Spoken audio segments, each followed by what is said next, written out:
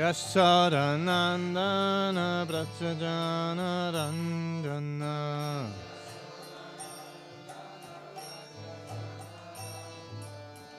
Yamuna Tiravanachari Yamuna Hare Krishna Krishna Krishna Hare Hare Hare Rama Rama Rama Hare Hare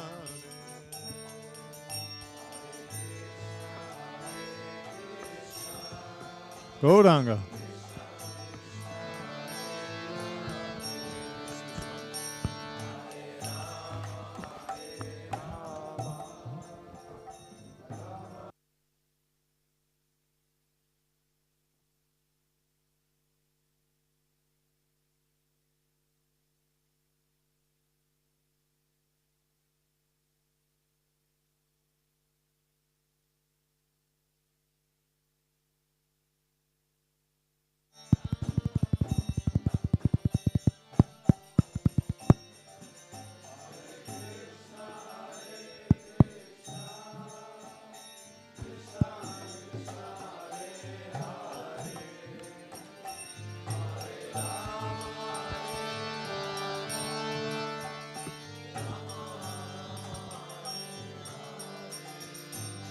Hare Krishna Krishna Krishna Hare Hare Hare Rama Rama Rama Rama Hare Hare Hare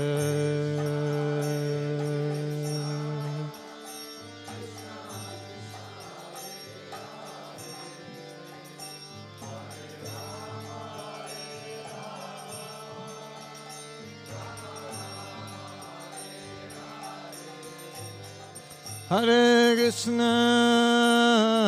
Krishna Krishna Krishna Hare Hare Hare Rama Rama Rama Hare Hare Hare Krishna Krishna Hare Hare Hare Rama Hare Rama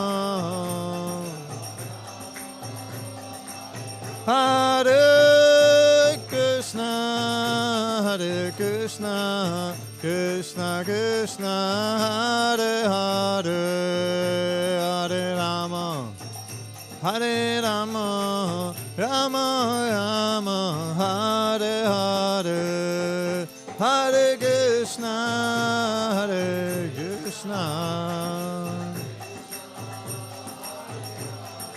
Hare Rama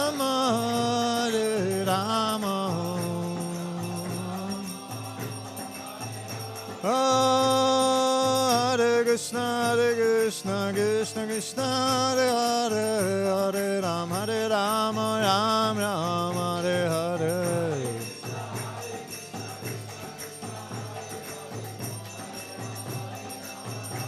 Hare Krishna Krishna Krishna Hare Hare Hare Rama Rama Hare Hare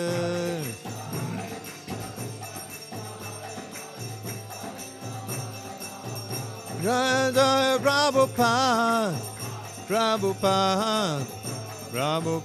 Jaya Jaya Prabhupada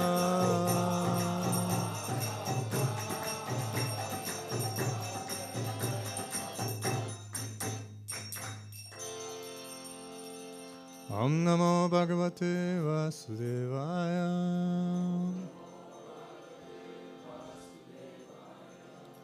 Om Namo Bhagavate Vasudevaya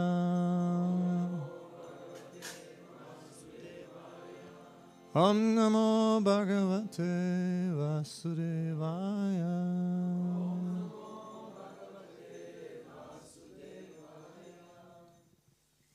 Okay, today we're reading third chapter, 26, third canto, 26th chapter, verse number 4.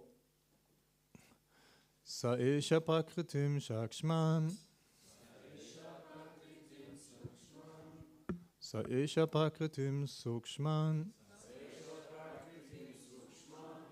Daivim gunamayi vibhu.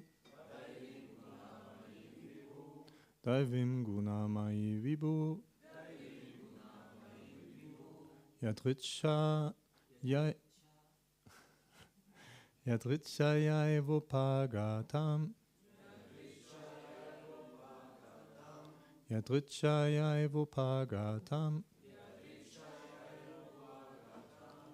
Abhyapadyatalilaya. Abhyapadyatalilaya. Sa esha prakritim sukshmam. Daivim gunamayim vibhu. Yadrichayayvopagatam. Abhyapadyatalilaya.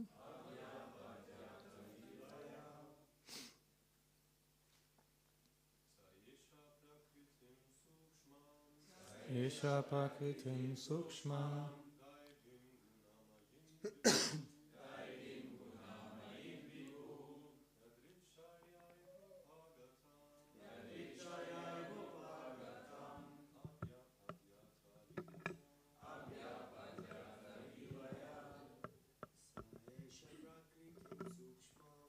Esha prakritim sukshmam. Daivim gunamayim vibhu. Yadrichayayvopagatam. Abhyapadyatalilaya.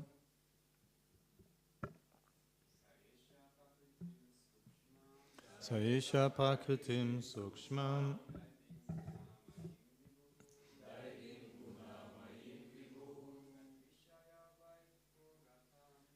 Yadrichayabhadvaratam. Abhyapadyatalilaya. Madachis.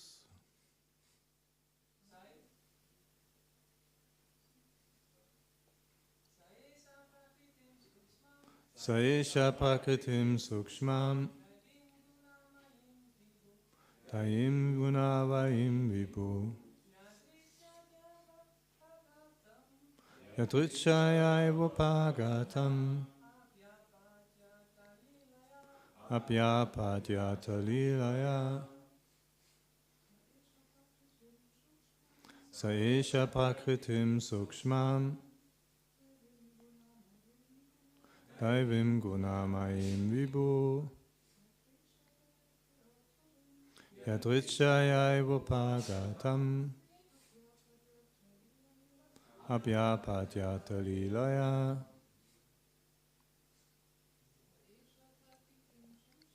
Sa esha prakritim sukshmam. Daivim gunamayim vibhu.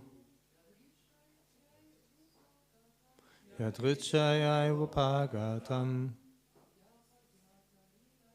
Abhyapadyatalilaya. Sa esha. That same Supreme Personality of Godhead. Prakritim, material energy.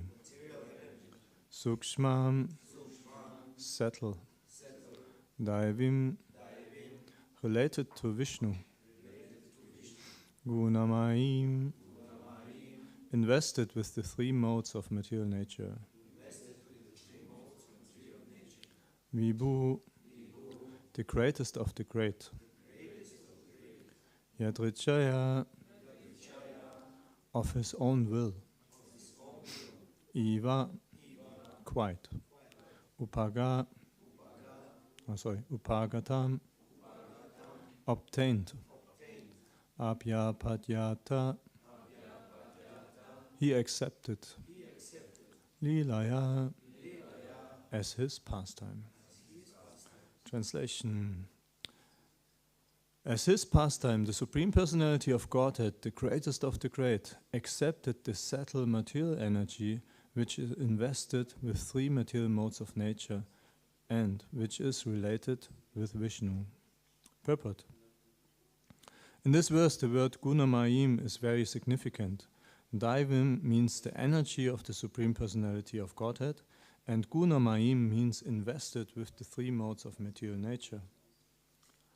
When the material energy of the Supreme Personality of Godhead appears, this Gunamayim energy acts as a manifestation of the energies of the three modes. It acts as a covering.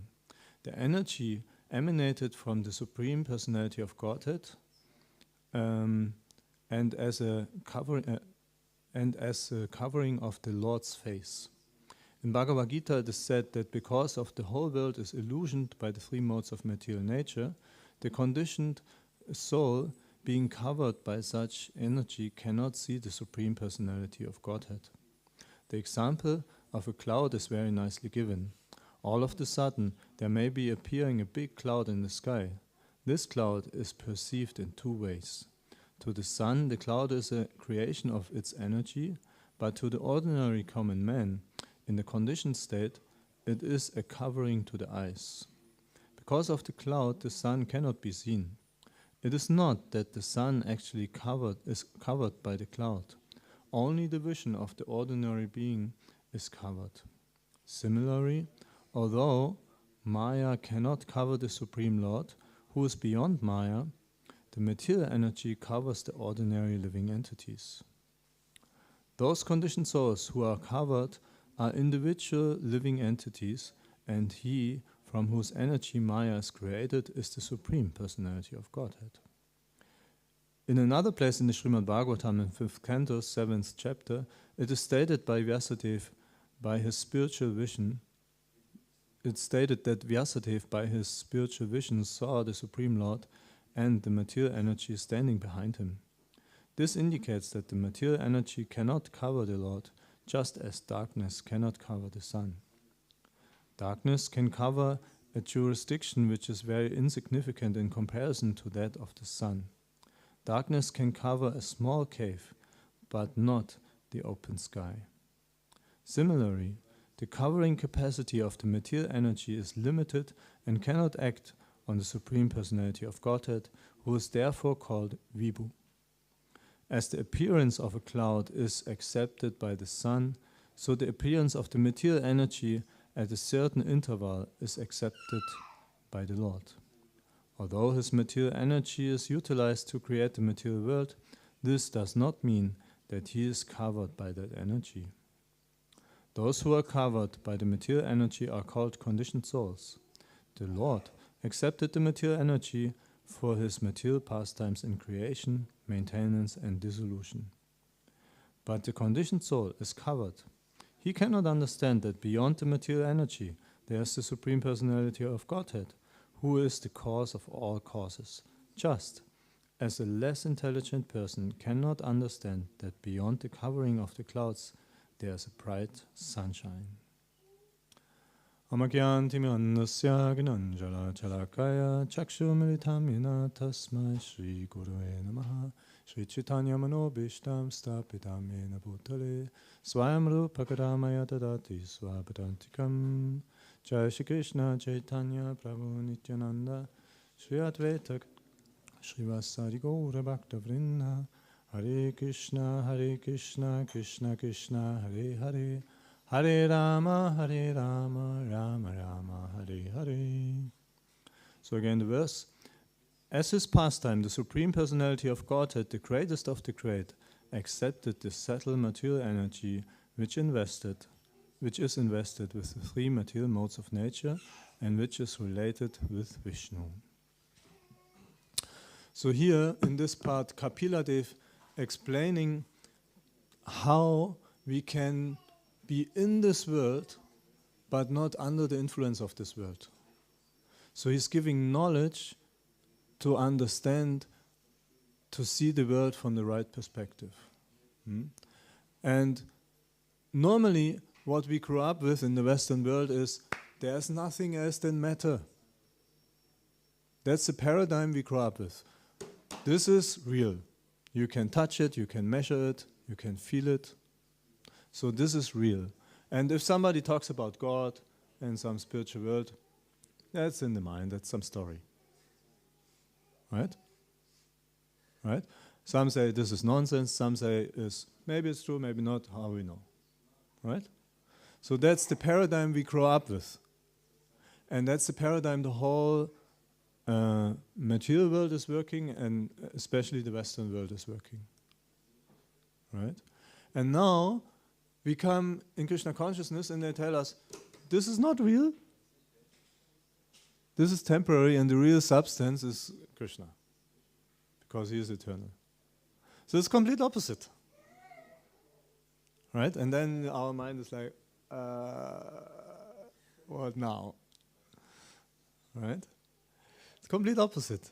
So, yeah, difficult to immediately accept and integrate in us, because if you grow up like for whoever many years in this old paradigm, you cannot just switch from one day to another. Right? So therefore it's important to go deeper and think about it and assimilate it and like really reflect about it.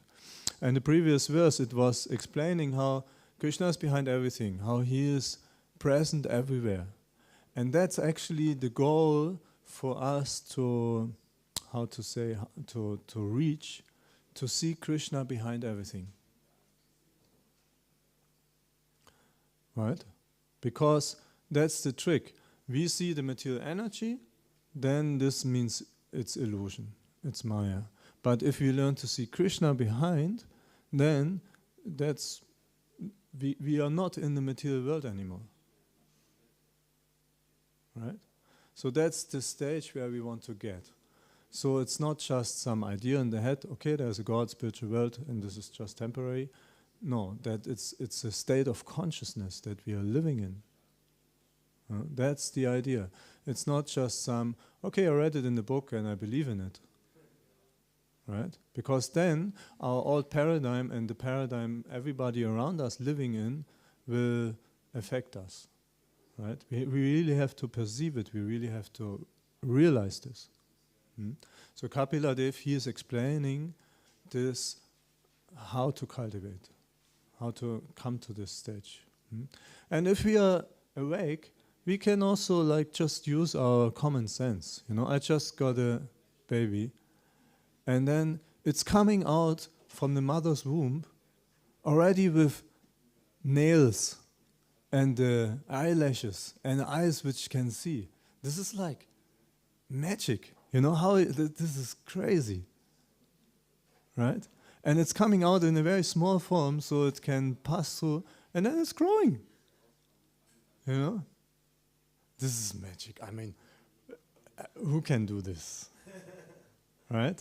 They cannot produce a grass. Prabhupada was saying, you at least produce a grass. So if we have some eyes to see, we can see there's some intelligence behind everything. There's a super soul guiding, you know, if we are awake. I was like, before I came to Krishna consciousness, I was traveling a lot through the world, and so many things happened to me where I realized this is not an accident, this is too crazy. This cannot, you know, it's too many things happening where you realize there's some intelligence behind everything. Don't tell me any nonsense, you know. So then you want to know, like, what is this intelligence? What is this super soul who is guiding, who is arranging things, you know? And then you see, you sit in the autumn and the birds, they are flying to Africa. They don't have a Navi, they don't have a map. They have a brain that's like this size. Right? How do they do this? Right? So if you are kind of awake in this world, then you realize this paradigm which Darwin gave doesn't really make sense. You know, we are just matter, you are a bunch of chemicals. It's not making sense, right?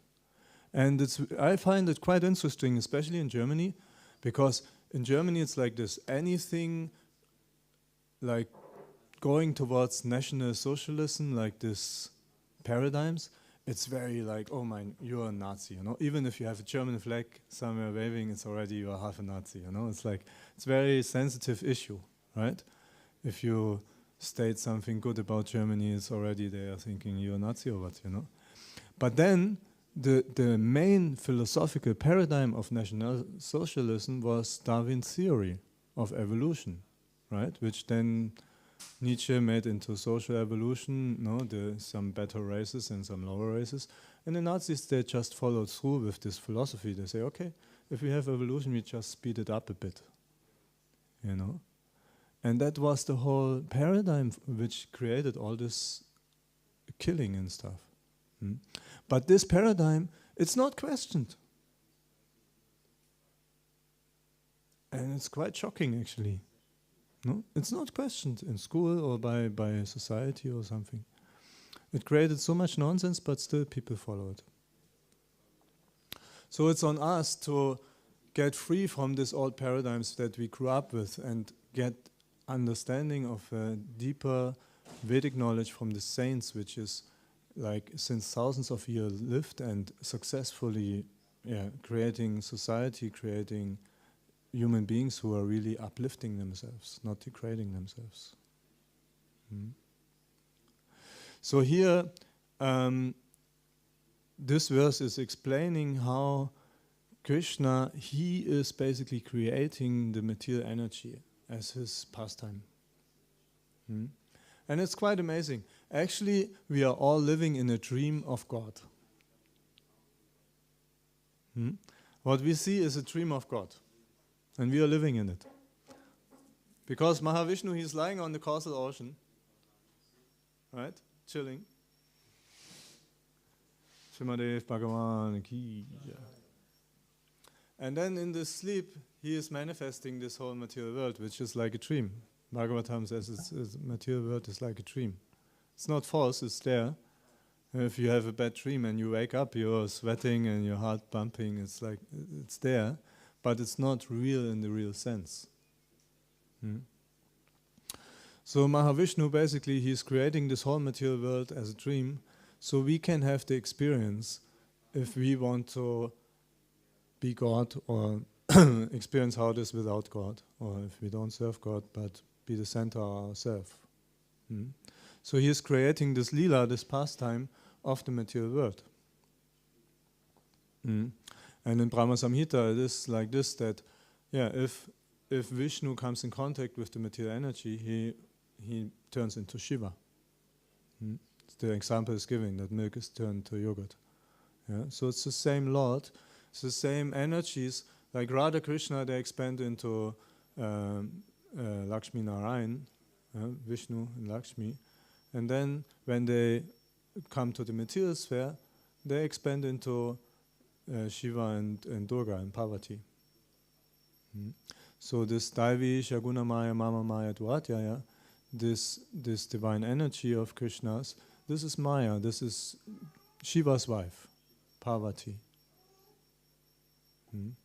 Nowadays in the yoga scene, I'm quite preaching a lot in the yoga scene, there's a lot of people, they sing Durga bhajans, right? And for their idea is, it's for the feminine energy and for the mother, divine mother, and like this, But I tell them, hey, you don't know what you're worshipping. It's material energy. You can also worship some dollar bill or some house or some fancy car. It's the same principle.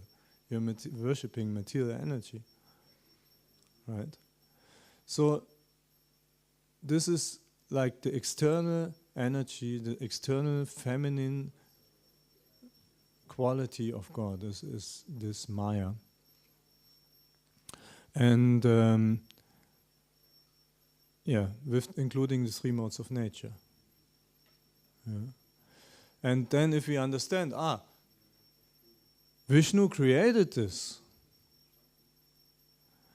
then it's also not so much anymore, this Maya. It's also, as devotees, often there's the mood of, Maya, go away, And actually it's interesting, in the Science of Self-Realization, this introduction book from Prabhupada, at the end there is a text, and there Prabhupada is saying that the Mayavadis, the impersonalists, their dealing with Maya by trying to escape it. They go in the Himalayas, far away from the world, and escaping the world, escaping Maya, try to run away from it. Good luck, because Maya is everywhere. Even you are in Sadhu in the mountains, you are still attached to your small ball or your kopin or whatever. You can always find something you get involved. Or even if you live in the ashram, still some issues are going on, right? And then he says, but the devotee's approach to Maya is to engage it. And he's giving the example of Narada Muni. Narada Muni, he can be in the spiritual world, but he's traveling all over the material world and basically in Maya, traveling through Maya and bringing the holy name, bringing Krishna to people. And Prabhupada is explaining that this is actually the Vaishnava way to deal with Maya. Is not to shy away from it or try to escape it, but engage it. And this is quite interesting because often, now it's much more balanced, but when I joined like 20 years ago, it was like, material world is all nonsense, illusion, we don't want to have anything to do with it. It's a very negative mood towards the material energy. And this negative mood is also, it's also an attachment. Just negative attachment. Yeah? If you all the time think about, I don't want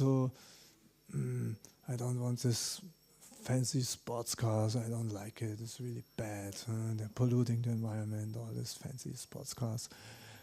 Your mind is busy meditating about it. The mind doesn't know negative, he only knows the meditation.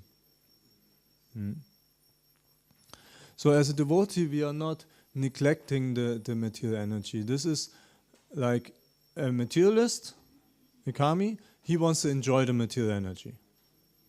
That's clear, right? And then a yogi, he wants to renounce material energy. He says, no, I'm renouncing it, right? But the paradigm behind is still the same, because the paradigm is this material energy is for me to enjoy. Just I realized it doesn't give me so much enjoyment, doesn't work out so much as I wanted, so I renounce it, right? But the thinking is the same, because if I say, I renounce this harmonium, right? Then you say, how you can, it's not yours, how you can renounce it. You can only renounce things that you think belong to yourself, right? So how you can renounce the material world? This is illusion, right? It's still the old paradigm. So the only way to handle with this material energy is to use it in Krishna's service. That's our philosophy.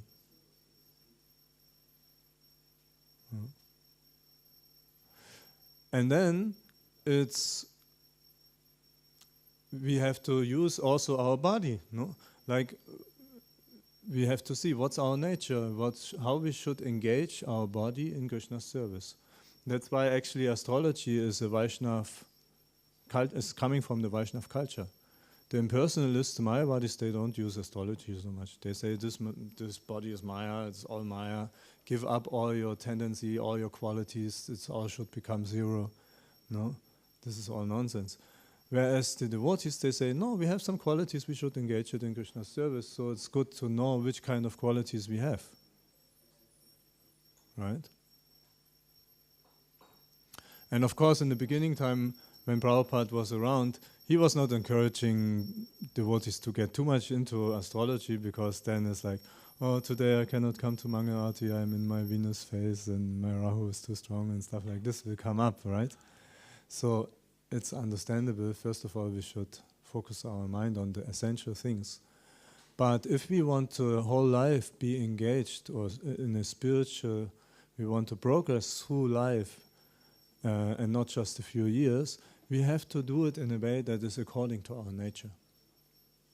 And then it's helpful to be conscious about it and not again come into the mood, ignoring it. In the beginning, in ISKCON, it's like, we are not this body, yeah, we don't care for the body, we don't sleep, we don't, like in Germany they had Sankirtan, traveling Sankirtan without, like they're traveling in vans without heating in the winter, and they had a barrel with water in the back, and then in the morning they take shower. Sometimes they had to break the ice, because it was frozen. Take cold shower, and then what they eat, they don't have an oven also, so they eat some yogurt and nuts. It's like, if you want to kill yourself, that's quite effective way to do it, right? And then this one devotee, he's really dedicated and really amazing devotee, but now he lived like this. Now he need always a room with 30 degrees warm, because otherwise he's like really getting sick. So it's not, we cannot transcend our body in that sense. We can transcend it not by ignoring it, but by engaging it, right? By using the body in Krishna's service, we can transcend it, not by neglecting it. And in the same way, our mind has to be engaged in Krishna's service. Somebody is an artist, he should use it in Krishna's service. There's so many things to paint and sing, and so many songs to sing, so many things to paint. And if you're intellectual, then study. There's a lot of books out there, so get into it, right? And in that sense, as a devotee, we are beyond one ashram, because it doesn't matter if you have this tendency to be an artist or some worker or intellectual. You engage it in Krishna's service. That's the essence. That's the importance, right? Not which position you have in society. Who cares this? This is Maya. This is, external. This is not relevant. No? That's the essence, is to engage it in Krishna's service. So, the idea is that to not be in this renunciation, negative to the material energy. We are not negative and we are not positive. Material energy is not good or bad, it's just as it is. And she's just doing her job, right? And if we can be neutral to the material energy, then we can detach and let go. That's the real detachment. If we are neglecting material energy, there's some negative attachment there. And that's the approach as a Vaishnava, right? And then, so it's not about renunciation, it's about engaging, right? But then, it also doesn't mean like now everybody should be grihasta and have 20 children or something, and renounced order of life is not good or whatever, This is not the point. This is like, again, when we are on a preliminary stage, like in Madhurya Kadambini, there's this different stages of bhakti given, from Shraddha, then Sadhu Sangha, and then it's Bhajana Kriya. And then it's explained in the Bhajana Kriya stage, there's 6 things which are going to happen. One is thick, thin, that sometimes you're really enthusiastic, you get up at 3 o'clock and chant like serious and really austere. And then again, you're like sleeping until 9 and no inspiration to do anything, right? So it's normal. That's a stage. That's like already predicted that you will go through this, right? And one of these 6 things is that you always think, should I be brahmachari or should I be grihastha? Should I renounce or not, right? And then you consider the positive sides of each, and you're always thinking about, and it takes a lot of energy, right? So you're already beyond that stage. On Nishta, one doesn't think about it anymore. But the point that what I wanted to make is, it's not that discussion, should I be brahmachari or grihastha? It's more easy to engage Krishna's energy in the brahmachari or sannyas ashram.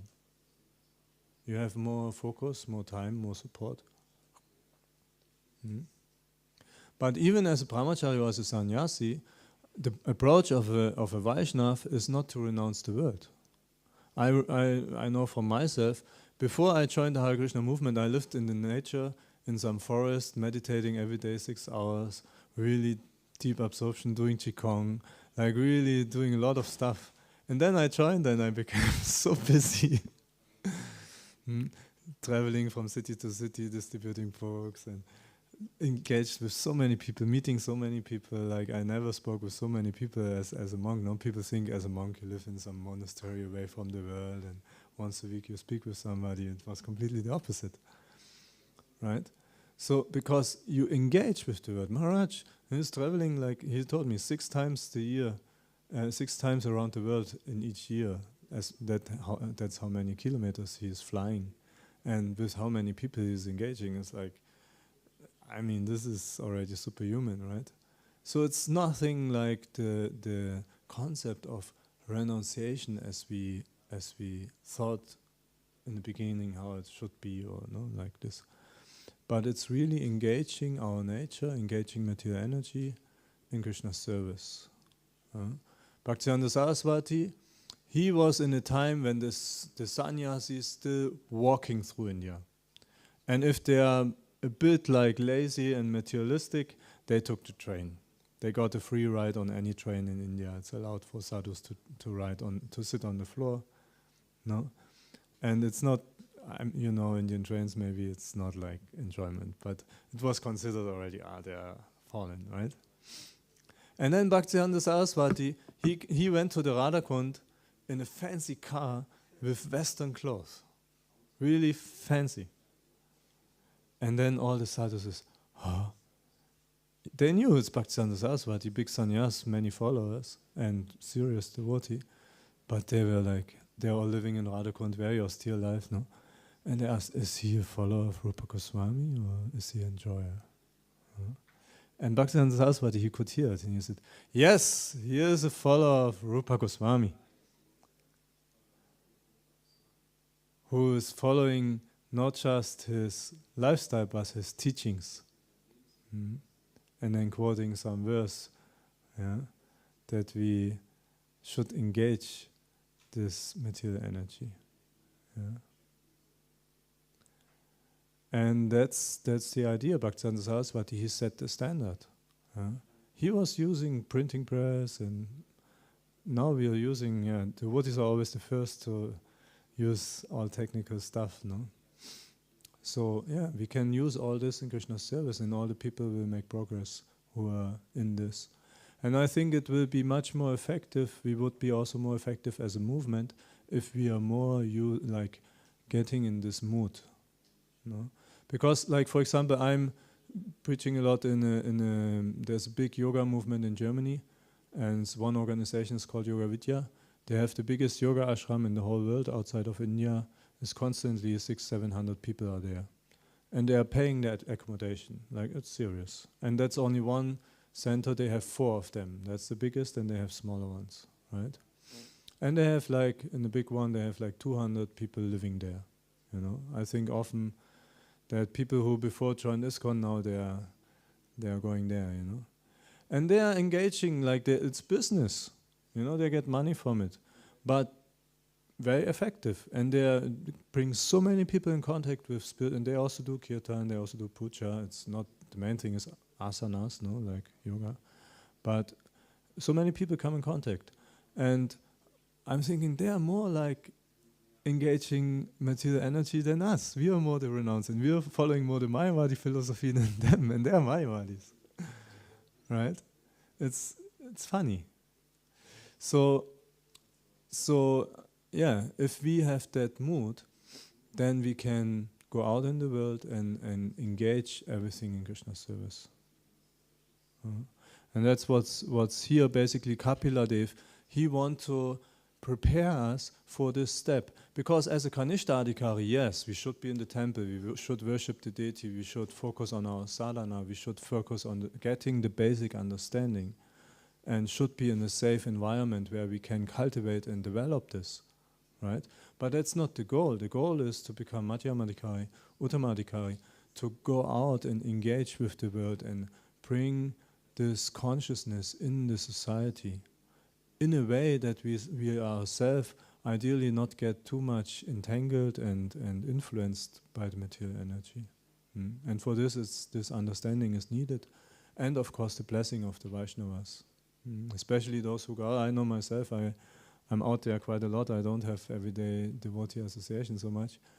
And of course, yeah, it has an effect, and for this definitely it needs the association of devotees, it needs blessings, it needs the support, and always come in the association also, it's very important. But the idea is to come on the stage to see Krishna behind everything. To be out in the world and be completely Krishna conscious, not just see Krishna on the altar. And then this cloud which is covering the sun is not Maya for us anymore. But if we see this cloud, dark rain cloud, and the sun shining through from behind, then we remember Krishna's skin color. Then anything in this material world will remind us on Krishna.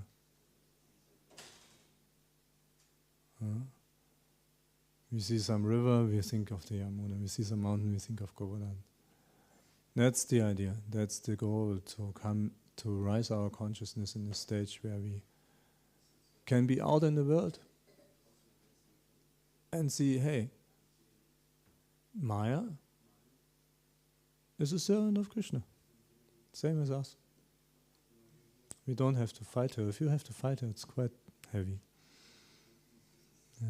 Takes a lot of energy. The older you get, you don't have energy anymore.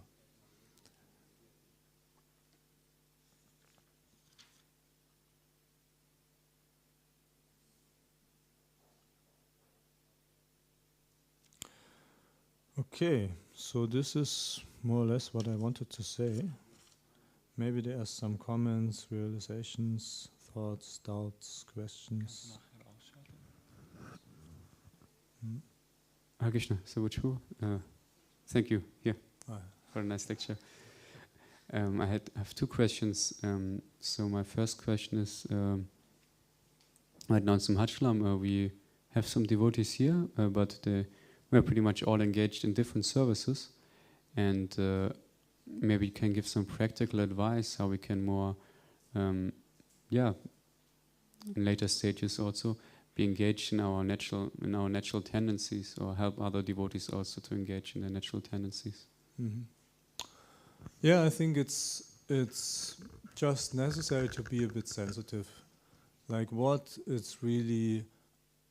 which service really inspires us to do, where we feel, wow, nice, and if it's pot washing, I mean, I always like pot washing because you can listen lecture, nobody disturbs you, and then you can wash the pots and have you quiet. Or if you want to be in the garden, it's amazing, It's not like everybody has to be on the altar or something like this, So be sensitive about which place you feel really comfortable, And then ideally in a community, like Krishna, he is not stupid. He will bring all the people together according to their nature. No, he engaged. There's more people who have Shudra tendencies than Brahminical, because he knows it's more people who need to work than give class, for example. So ideally, if everybody following his nature, it works out in the community. And then, it's in the spiritual world, for example, also everybody can change his body as he wants, but everybody, it's not like one day they go, oh, we need more trees today. Maybe some gopas can become trees or something. It's like everybody has his nature, and ideally we should, for some time we can do something else, but on the long run we need some service which is according to our nature. And it's coming out quite naturally, I would say. Ramananda, we were in the temple in Leipzig, and he was the pujari, everybody could see. He sent him out on the street on books, and he was not the happiest man.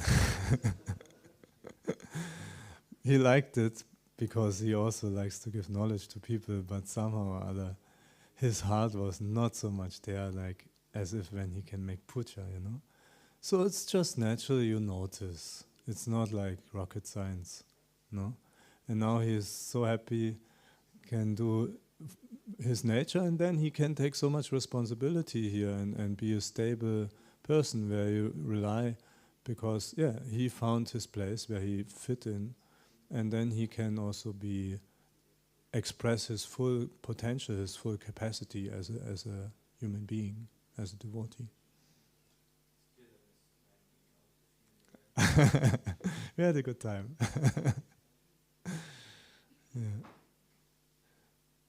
Yeah, and then also we have to do also not the whole life the same thing. Maybe after 10 years you want to do something else. It's also possible, it's not like carved in stone.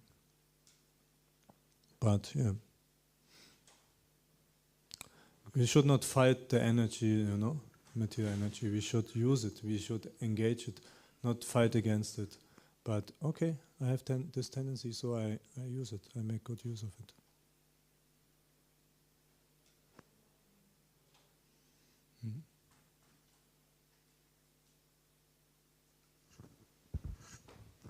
Hare Krishna, Sadbuja Prabhu. Thank you for the lecture so much. It was very helpful for me. I have a question from an artist point of view. Since you spoke about engaging the material energy directly, and engaging it more than neglecting it, and I have a question: should we engage it like directly with people, or should we do it in a subtle, like a forward movement? Because I feel like if you start directly speaking to people about Krishna and God, sometimes they get a step back, a little fear in them, I sense. And how should we manage that? Maybe? Yes. Yeah, definitely. We have to, again, like with a material energy or with people, it's like you have to, how to explain this? You have to engage it according how they work, If you have a bicycle, you cannot put some petrol in and expect it to drive, because you think that's how I want it. No, it's a bicycle, you use it as a bicycle, right? So people who are not yet ready for like the full program, spiritual, then you see like where are they? What's their interest? What's their nature, Like Prabhupada, when he came in contact with people, first he would figure out, okay, spiritual soul, can we talk about it? And then when they accept this, we are soul, karma, then he go further. So he checking, like how much. And with some famous people, he just spoke about race car or something, And then they feel, this is a nice human being. He is normal. He is not like completely in his thing and cannot relate to anything else. No, I can speak with him as a normal human being. And then they become appreciating Krishna consciousness because of this, From my point of view, before I was preaching, nowadays I don't preach so much anymore. I'm just myself. And my experiences is more easy for people to accept Krishna consciousness in this way because they want to see that you're just normal human being. And then the Krishna consciousness will shine through automatically. And that's what they are looking anyway. Everybody is looking for this ultimately. So they want to figure it out, why he is like this, why he is, Then the interest is there automatically. But especially as an artist, you have such a good chance to reach out to the people and make them curious, of what's behind everything, And then you can be really creative in this, and use this creativity to really reach out. And in the beginning it's more indirect, but there's always some, it always has some mystic behind. So that's, then that's powerful. Yeah.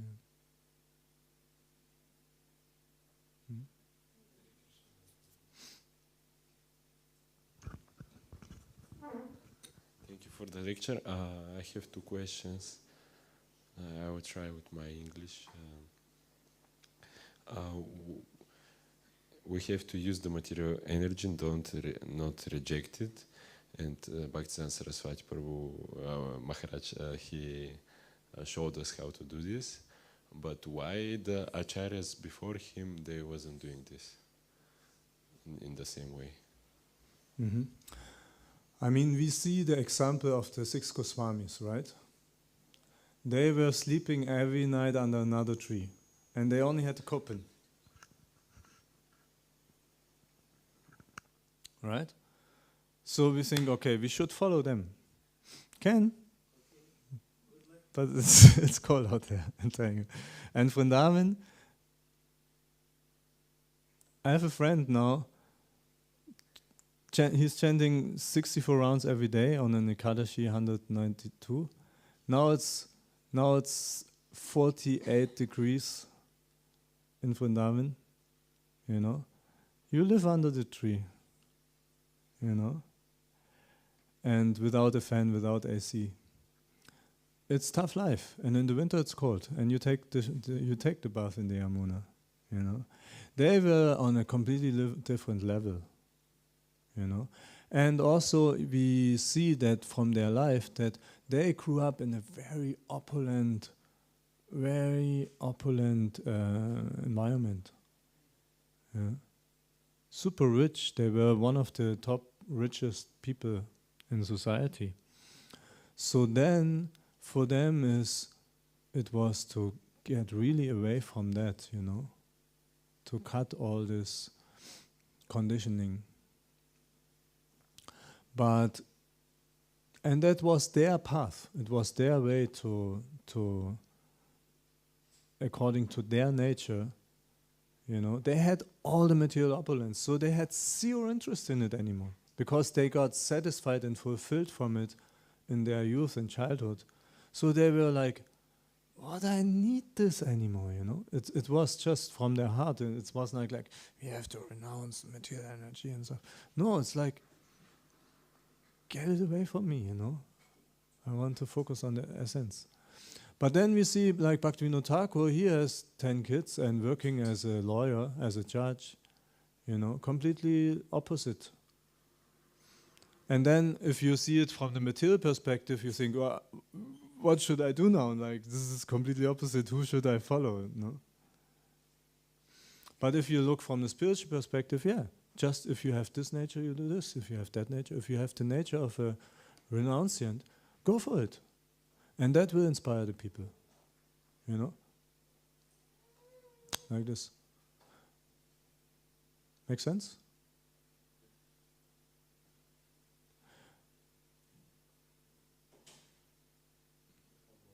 Mm-hmm. Oh, yeah, yeah.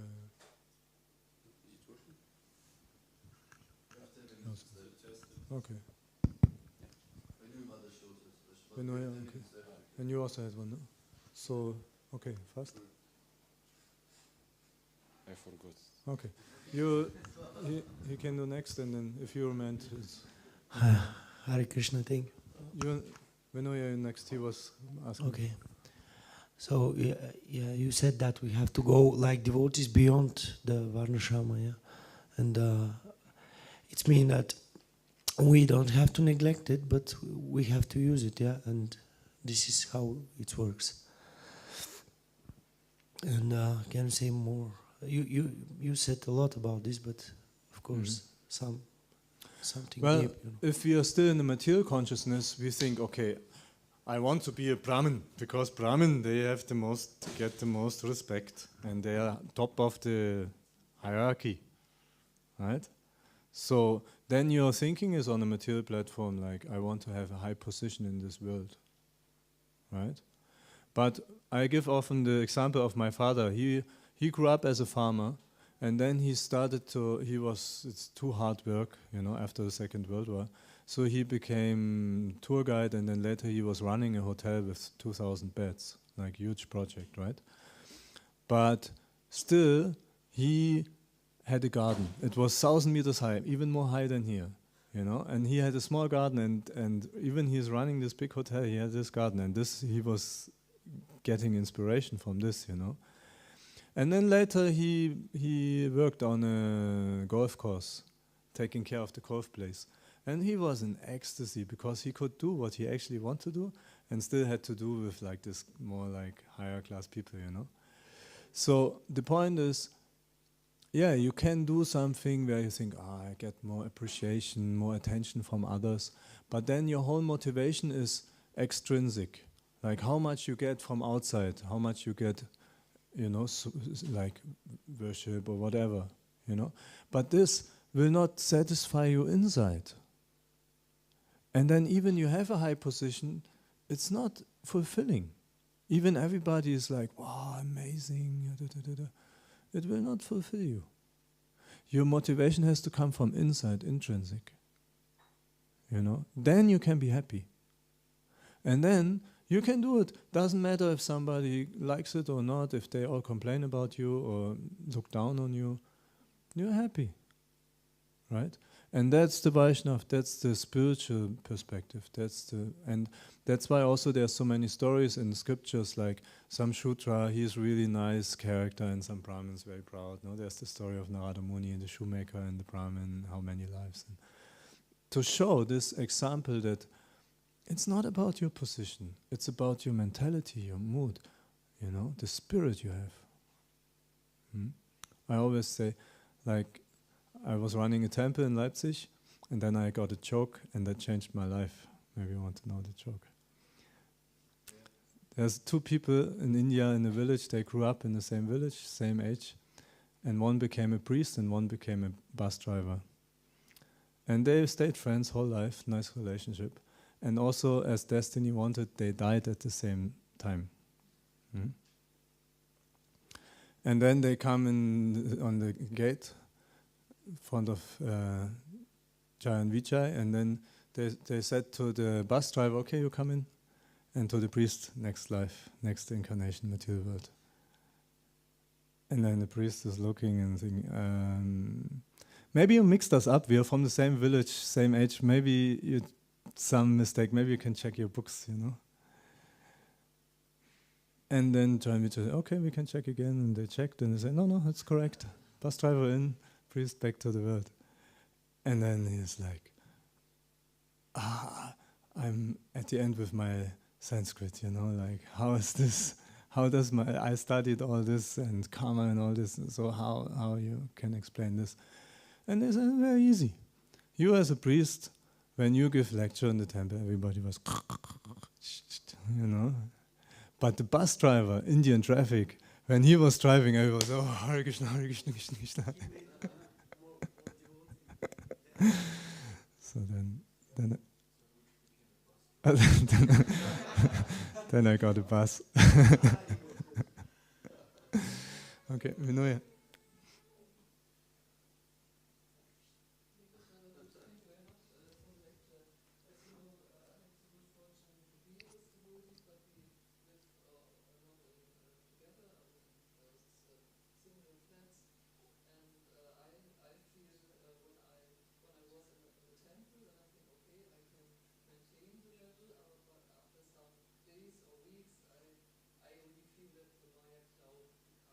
Yes.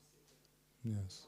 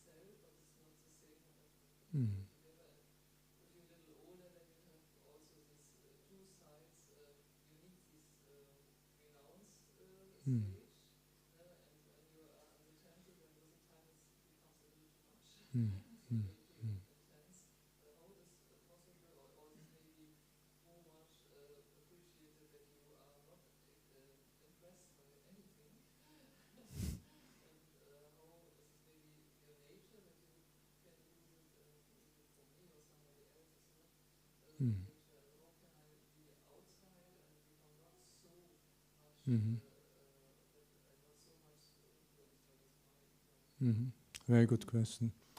Yeah, I mean, I joined also from this. Like, I lived in the forest, as I said, but I realized when I'm in the temple, I don't need to use my energy to keep up the level I have, right? The level is already high, and then I can use my energy to grow, right? So it's definitely really good to be in the temple and to, have the association and as much time as possible be be in the program and everything, you know, it's uplifting, inspiring. And basically the idea, the effect of this association and our practice will be that we become more steady. You know, in the beginning it's normal we go up and down. It's normal we fall back to some previous level and then, you know, have some... It's normal. It's like if you're not, then you're not a human being, you know. And it's just a matter of time. The more we cultivate, the more we get an understanding, the more we get rid of these old paradigms and like see through the things in this world, you know. Then the more you go, more you're conscious, you see, oh, now this is coming again. And yeah, first you try it again and then afterwards you realize, actually it was nonsense. Then the next time, during you doing it, it's already you feel, actually this is nonsense. And then after some time, even before you even start, it's you know, it's just, yeah, it takes some time. And it's all like, the more we are basically have mercy and focus and sincerity, the faster we go through this. But it needs some... It's a process, you know, and it's good because we need something to do also, you know, like in this life, how we use this life to, you know. And yeah, you're in a stage where renunciation is more relevant, you know, also for the body. You have to, if you eat this feast every day, you will, you know, suffer.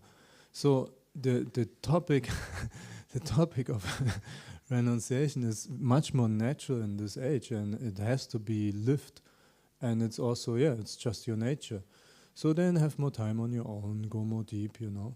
And the idea is, yes, in the beginning you get all the inspiration from the devotees, and then more and more you get it from your own, you know, you study, you get some own thoughts, you think about when you're at home you don't go back, but you think, you have time to, this I wanted to think about it a bit more, you know. And then it's just step by step coming. I was in Thailand in the winter, very beautiful beach, you know. And then you can think, wow, this is total Maya and da-da-da. And I was thinking, wow, so many people come here. I mean, there's one beach, it's one of the 10 most beautiful beaches in the world. This time I didn't go, before I went. And so many people come there during the day, it's a whole mess, you know, it's not beautiful anymore. But the point was, people take so much austerity to visit that place. And that's their worship. Because this place is made by Krishna. The attractiveness in this beach is made by Krishna, right? So it's their way to worship, because they don't have a direct, you know, which they can worship. So they have to worship it indirectly. And then you see, actually there's nothing in this world attractive. Is not Krishna is there to give this attractiveness, you know. And if you can see that, then then you're not impressed anymore by anything.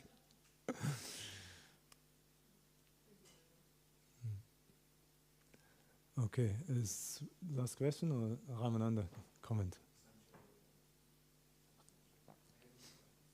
Yeah.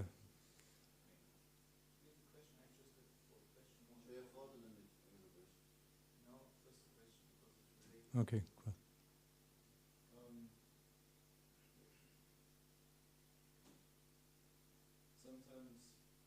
Just speak loud. Sometimes it seems that the cloud is going away a little bit, and we get some glimpse of the sun. And it seems that we perceive some tinge of the spiritual reality. We get some clue. But at the same time, we have to be careful that we don't just have some idea. So is there some ways how to make sure that we actually perceive something and that we are not just coming it into our mind, which is Sure. For this we have devotees, no? And for this it's important to have not just devotee association as a okay, on my list I have reading scripture, devotee association, visiting the holy places. No, devotee association means really you have friends in Krishna consciousness who care for you, you know, and who can see, okay, now he needs some help, now he is like off track and needs somebody who tell him, you know, things like this. So this is important. And also, if you have friends in Krishna consciousness, then it's more easy to be, you know, with devotees. So this is important, and spiritual master, of course. And also, we can see ourselves, like, are we fulfilled? Are we feel connected, or are we disturbed? You know. So. Yeah.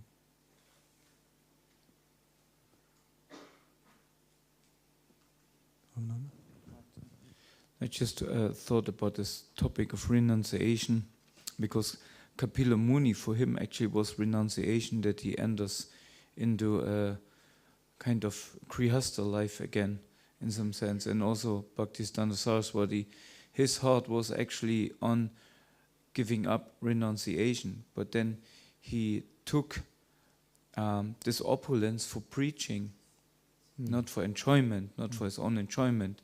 Same Srila Prabhupada, he would be happy in Vrindavan, but for the sake of preaching, he took up, you know, kind of a very opulent, in our, you know, conception, flying around the world in the 60s. Who was doing that?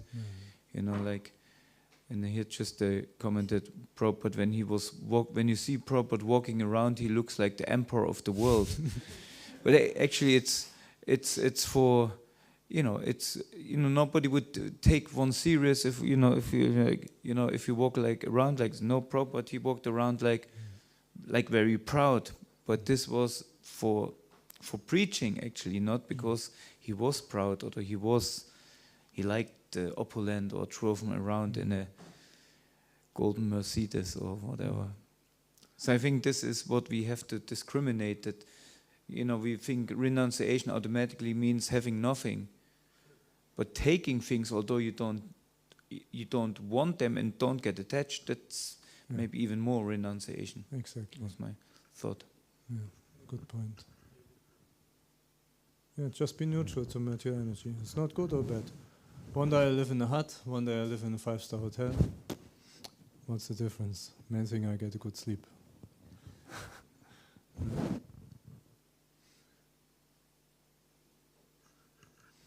Okay, thank you very much for your attention. Srila Prabhupada ki jai. So please bless me that I not be under the influence of Maya, but can engage it in Krishna's service.